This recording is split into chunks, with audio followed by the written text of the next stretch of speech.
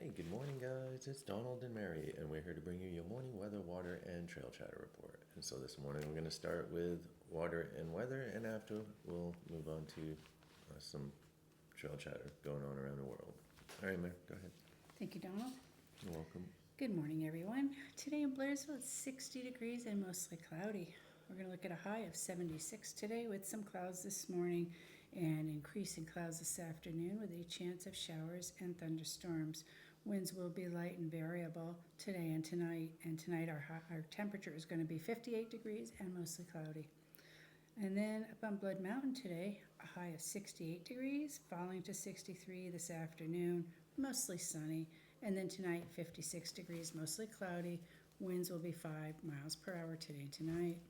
Water's good for the most part along the trail. Let's remember to top off at Hawkmount Shelter.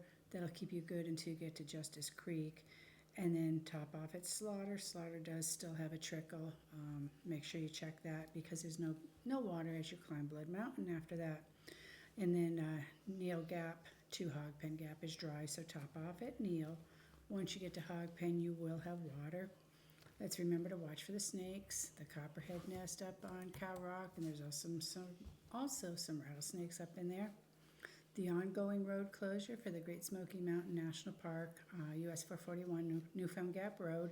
They're projecting the repair on the Tennessee side from Sugarlands to Newfound to be finished on or before September 30th. And you can get to Newfound Gap from Cherokee side in North Carolina. Great Smoky Mountain National Park, also the bear closures, all trails are open. The closed shelters are Kephart Prong and Icewater Springs, and then campsites 23, 96, 49, 83, and 84.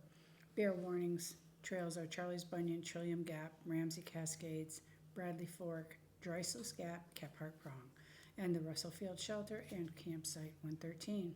Let's remember to leave no trace wherever we are. If we brought it in, let's bring it out.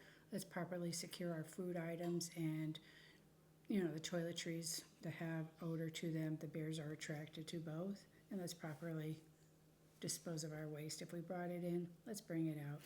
Let's keep it clean out there for everyone. Donald, I'm going to turn it over to you now, and you can talk about some of the things that are going on out here and around us. Sweet. All right, thank you. You're welcome. Okay, guys. All right, so it is 6:30 a.m. on 9/2/2025, and so let's start with a rescue in California. Emergency crews rescue 2 hikers near Arlington Peak in Santa Barbara County Saturday afternoon, according to Santa Barbara County Fire Department. Santa Barbara City Fire Department and Santa Barbara SARS responded to the Arlington Peak area at 11:58 a.m. following a report of a hiker experiencing mild dehydration after running out of water. While hiking in, medics found a 66-year-old female who required help. She was hoist rescued and transported away from the area by helicopter. Shortly after the helicopter returned to help the original 911 caller, who was a 22-year-old male UC Santa Barbara student who was suffering from mild dehydration. The man was hoist rescued and transported to the Santa Barbara airport. Both individuals declined hospital transport and were released on their own discretion. All right, and so in Wahawa,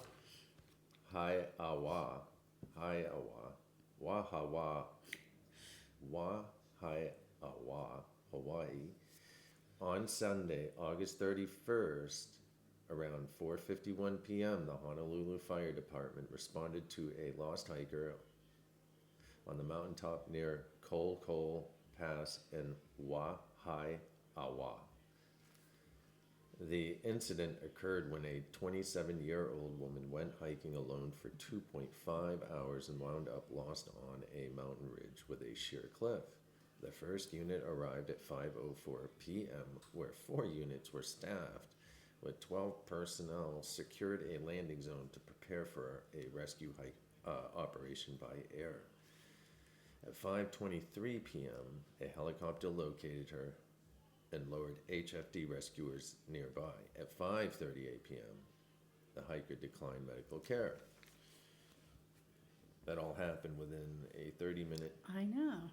or a 38-minute time, or 34 minutes. I did Shouldn't take too The long. incident occurred when a 20.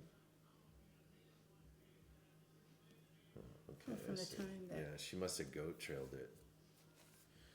And then ended up on the cliff. Yeah. Yeah, that can be a scary situation, right? Definitely.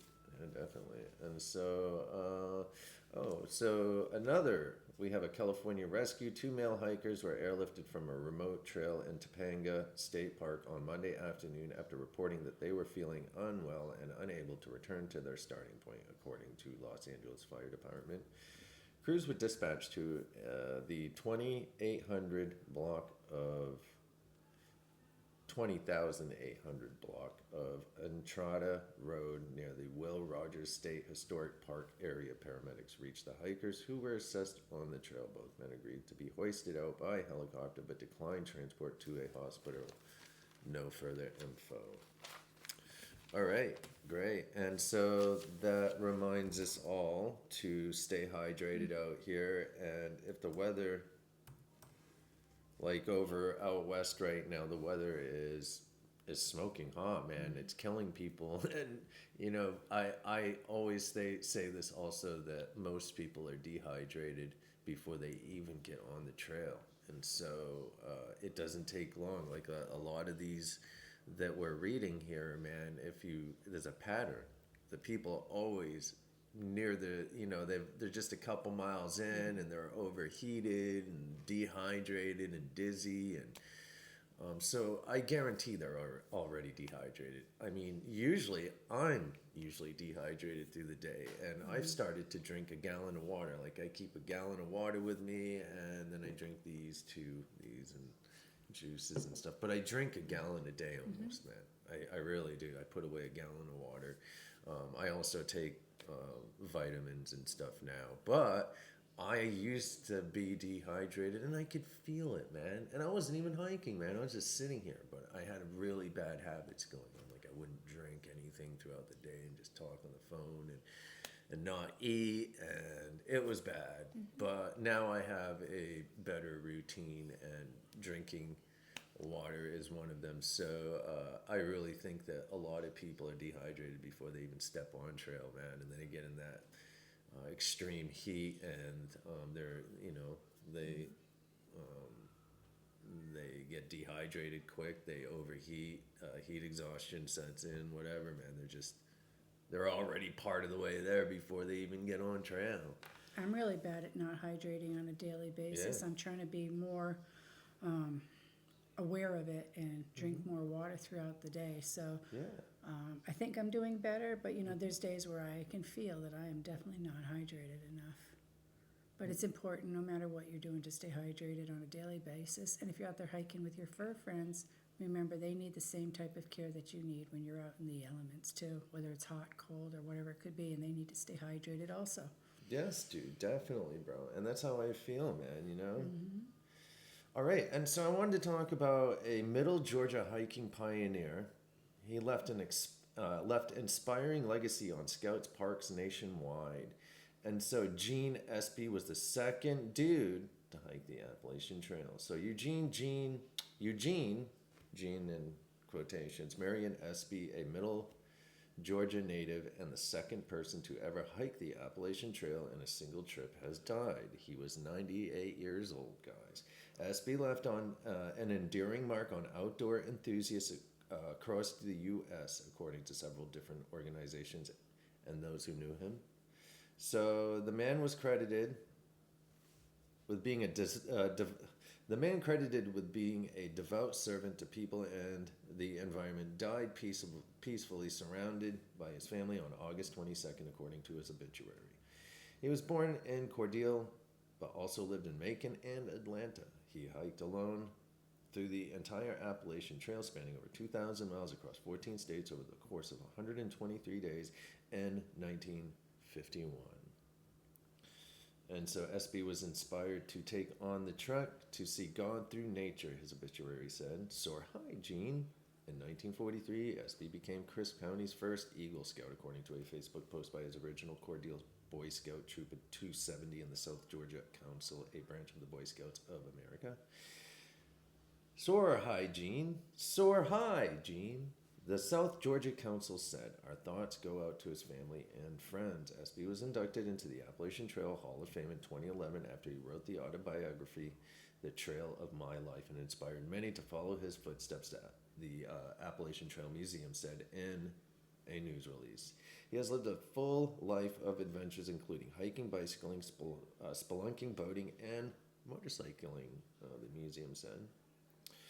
In another one of his quests, he took a 740 miles solo bicycle trip at 16 years old, according to his obituary. The Georgia Institute of Technology alumnus worked for 30 years as an aeronautical engineer at the Robins Air Force Base in Warner Robins, served in the U.S. Navy during World War II. SB explored the world around him just for fun, the museum said. He was considered a legend and beloved friend, the Appalachian Trail Conservancy said on Facebook. His vintage hiking equipment can be seen on display at the Visitor Center of the Amicalola Falls State Park in Dawsonville, according to the Conservancy. A visitation with family and friends is scheduled for 10 a.m. on September 6th at Highland Hills Baptist Church, 1370 Briarcliff Road in Macon, according to his obituary. A memorial service will start at 11 a.m. with a reception afterward. Loved ones will also hold a private burial at Northside Chapel Funeral Directors and Crematory at 12,050 Crab Apple Road in Roswell. The family asked people to consider donating to the Appalachian Trail Museum, the Georgia Appalachian Trail Club, or Highland Hills Baptist Church. All right. Could you imagine what it was like when he hiked in 1951? Yeah, right, dude? Right, bro? That would be Just like bushwhacking and shit, Yeah. dude, and following probably, some goat trails to get there. totally different than now. I would say so. The Appalachian Trail was created for people to escape the cookie cutter society That's world. right. And, it's almost like that. All right. And so, hiker dies after cowherd tramples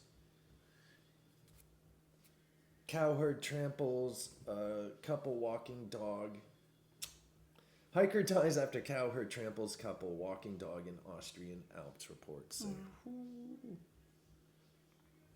An 85-year-old man from Vienna died after he and his 82-year-old wife were reportedly trampled by a herd of cows while hiking in Austria. Local police said the couple were hiking with their dog along a forest path in Ramsau am Dachstein, Styria, when they encountered multiple cows, according to German newspaper Frankfurter Allgemeine and Swiss outlet Blick.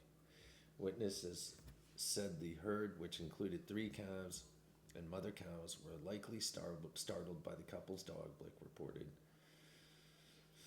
The pair were flown to a hospital in Salzburg via helicopter to be treated, but the man later succumbed to his injuries before he could undergo surgery, AFP reported. However, the woman is in stable condition after also being injured. The man's cause of death is pending an autopsy, Blick reported, citing state police directorate.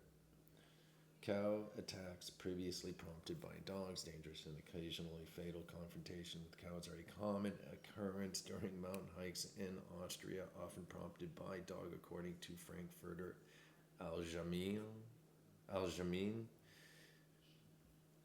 The outlet reported that cows can perceive dogs as a threat. In 2024, a woman walking with 2 small dogs was killed by a cow herd in the Salzburg, AFP reported. Austria established a code of conduct in 2019 with guidelines for hikers, instructed them to maintain a safe distance from cows and walk dogs on a short lead. The guidelines also advises dog owners hiking to release their pets or pets if approached by a hostile cow herd to protect their own safety, according to routers. Yeah, a dog would probably dodge in and out. You know what I mean, man? Mm-hmm. That's so sad. It sure is. That sucks.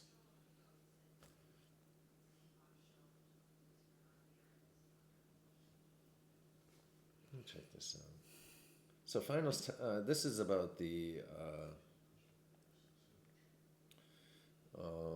the deceased hiker, a month ago, he was hiking in the Bighorn, and he was hiking Cloud Peak, Wyoming, and he texted his wife, and that was it. He was never seen again until they found his body in the last week or so.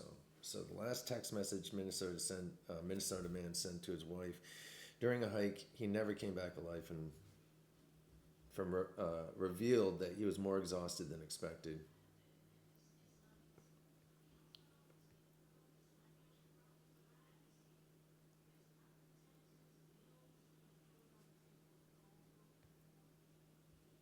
Oh, that's so sad. It sure is. So, it looks like they've kind of messed stuff up. It says the hikers also attempting to summit Cloud Peak were convinced they were seeing a backpack. And they're talking about, there were these professional climbers from North Carolina, from another article that I read, that were climbing Cloud Peak, and they spotted a backpack. Mm-hmm. And the next day, so this was kind of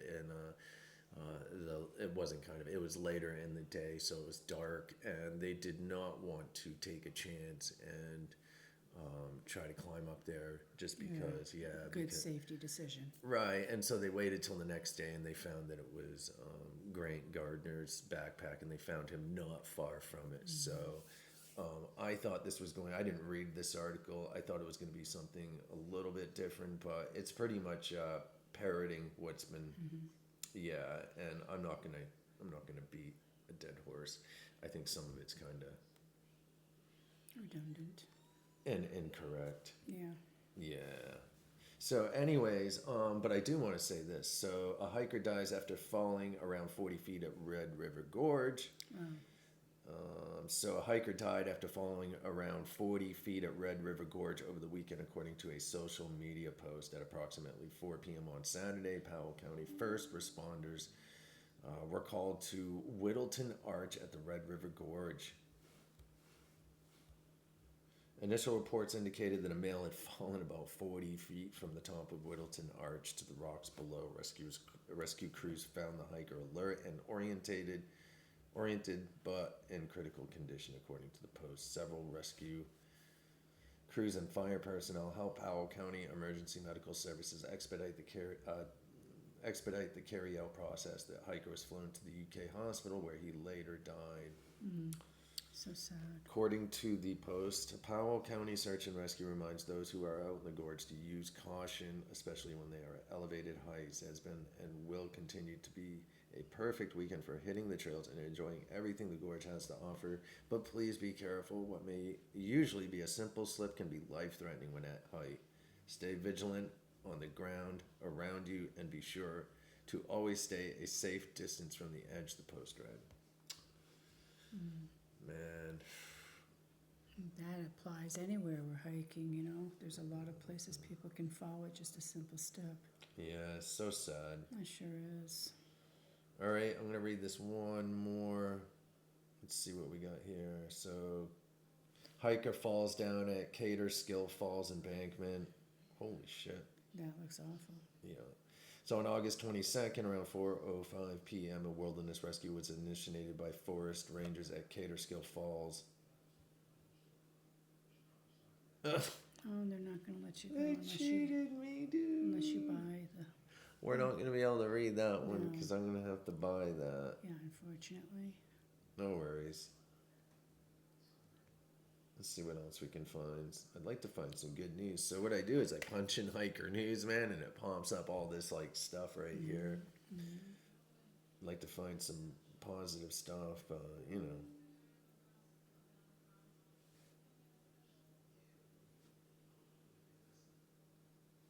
Well, on a positive note, if you're over in LJ, it's apple time. Yes, It's dude, right? season. Apple picking season is here, believe dude. September through October.